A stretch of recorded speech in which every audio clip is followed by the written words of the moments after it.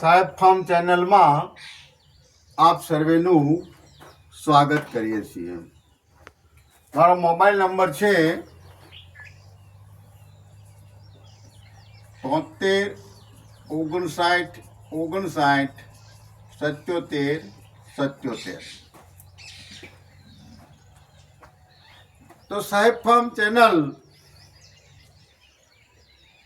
નો આજે આપણે એક સ્પેશિયલ વિડીયો બનાવી રહ્યા છીએ। આંબામાં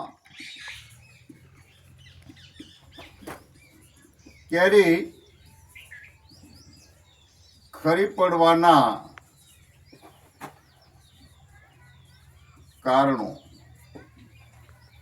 કેરીઓ ખરી પડવાના કારણો ક્યાં ક્યાં છે તો એમાં જોઈએ આપણે રોગને કારણે પણ કેરીઓ ખરી પડતી હોય છે। તો રોગની અંદર વાત કરીએ તો કયા કયા રોગ આવે છે? એક તો મધ્યો, ચૂસ્યા પ્રકારની જીવાતો, અને ઉપરાંત આપણે વાત કરીએ તો ભૂકીસારો,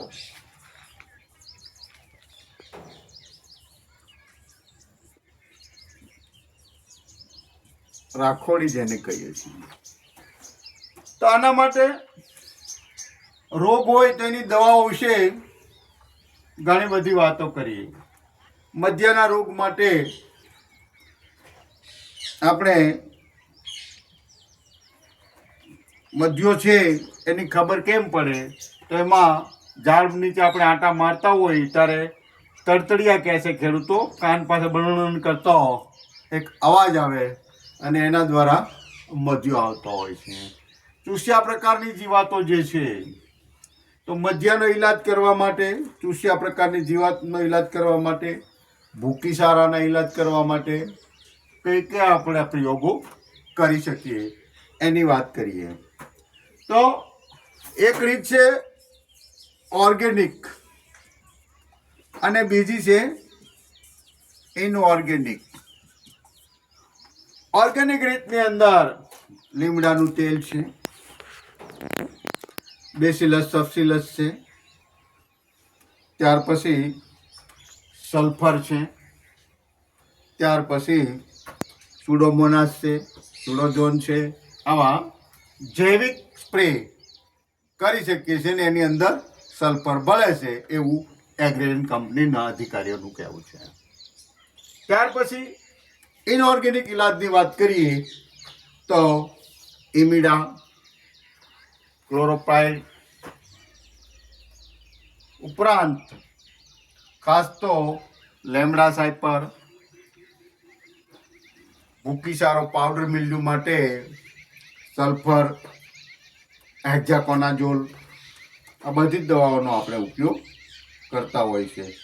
ફ્લોપ્રિડ વગેરે પ્રકારનો આપણે ઉપયોગ કરીએ છીએ। તો આપણે જોયું પહેલું કારણ। બીજા કારણની આપણે વાત કરીએ તો ફલિનીકરણ।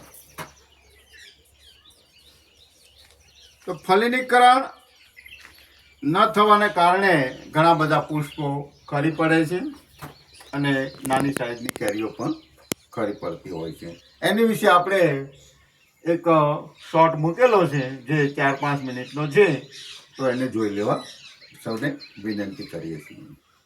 તો ફલિનીકરણ દરમિયાન પરાગરજ, પુકેસર, સિકેસર એની આપણે ડિટેલમાં વાત નેક્સ્ટ ટાઈમ કરીશું। પાણીની વાત કરીએ તો પાણી ઓછું પણ નહીં અને વધુ પણ નહીં। તો પહેલું પાણ ક્યારે એની વિશે પણ આપણે એક શોર્ટ મૂકેલો છે કે આંબાની અંદર પહેલું પાણ ક્યારે, એ જમીનના પ્રકારો, ભેજ, હ્યુમિડિટી વગેરે બાબતો પર આધારિત છે। તો પહેલી વાત કરી કેરી પડવાના કારણોમાં રોગ હોય એની દવા કરવાની છે. બીજી વાત કરી ફલિનીકરણ અને પાણીની. ત્યાર પછી જોઈએ કે હોર્મોન્સ વધઘટ થવાથી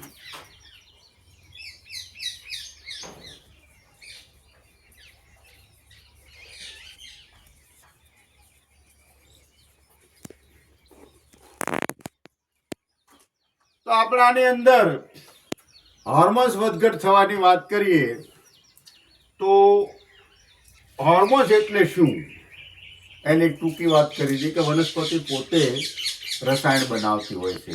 પણ ક્યારેક એવું બને છે કે આપણે દવાની દુકાન કે એગ્રોવાળા પાસે જ્યારે રોગની દવા લેવા જતા હોઈએ છીએ ત્યારે એ લોકો સાથે આપણને હોર્મોન્સ આપી દેતા હોય છે.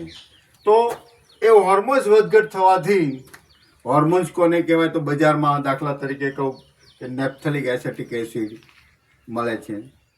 પછી આપણે વટાણાને મગ્યા વખતે સ્પ્રે મારતા હોઈએ છીએ, ફર્ટિલાઇઝરનો સ્પ્રે હોય છે,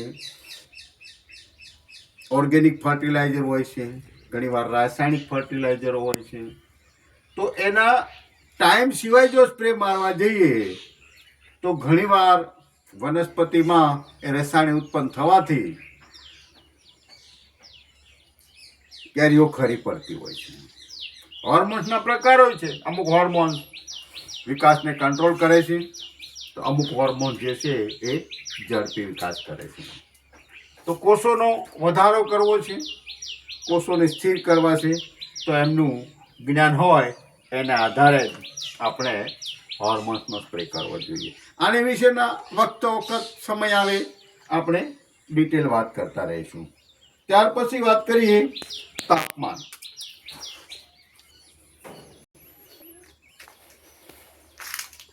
હવે શાળાની અંદર જ્યારે મગ્યો વટાણો બનતો હોય ત્યારે 15 કે 20 ડિગ્રીથી નીચેનું જો ટેમ્પરેચર હોય તો પણ આની અંદર કેરી બેસવામાં કેવડાવે છે. અને મગ કે વટાણા જેવડી કેરી થઈ ગયા પછી જો ટેમ્પરેચર 35 કે 38 ઉપર જો સતત જળવાઈ રહે અને 40 ઉપર ગયું 2-4 દી રહ્યું તો વટાણા અને મગ જેવડી કેરીઓ પણ ખરી પડતી હોય છે. તો તાપમાનને કારણે પણ કેરી ખરી પડે છે. ત્યારબાદ વાત કરીએ આ જ સમય દરમિયાન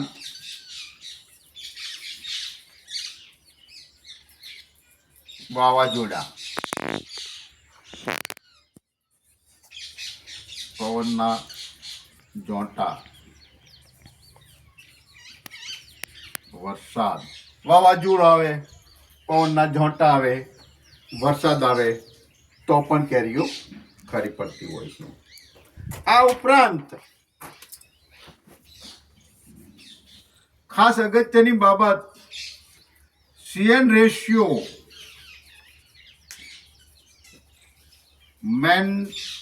મેન્ટેનન્સ કરવું. આ CN રેશિયો જો મેન્ટેનન્સ ન હોય તો પણ કેરીઓ ખરી પડે છે. તો C એટલે શું? કાર્બન. N એટલે શું? નાઇટ્રોજન. તો CN રેશિયો, ખાસ CN રેશિયો જો મેન્ટેનન્સ થાય તો કેરીઓ ઓછી ખરે છે.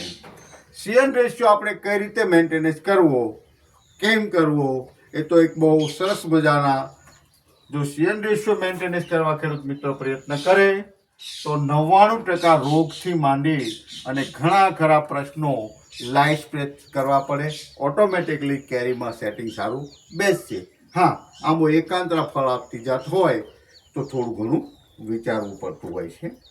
જો આ મારો વિડીયો સારો લાગ્યો હોય તો લાઈક કરો, શેર કરો, સબસ્ક્રાઈબ કરો, અન્ય ખેડૂતો સુધી મોકલો. અસ્તુ. જય હિન્દ, જય ભારત.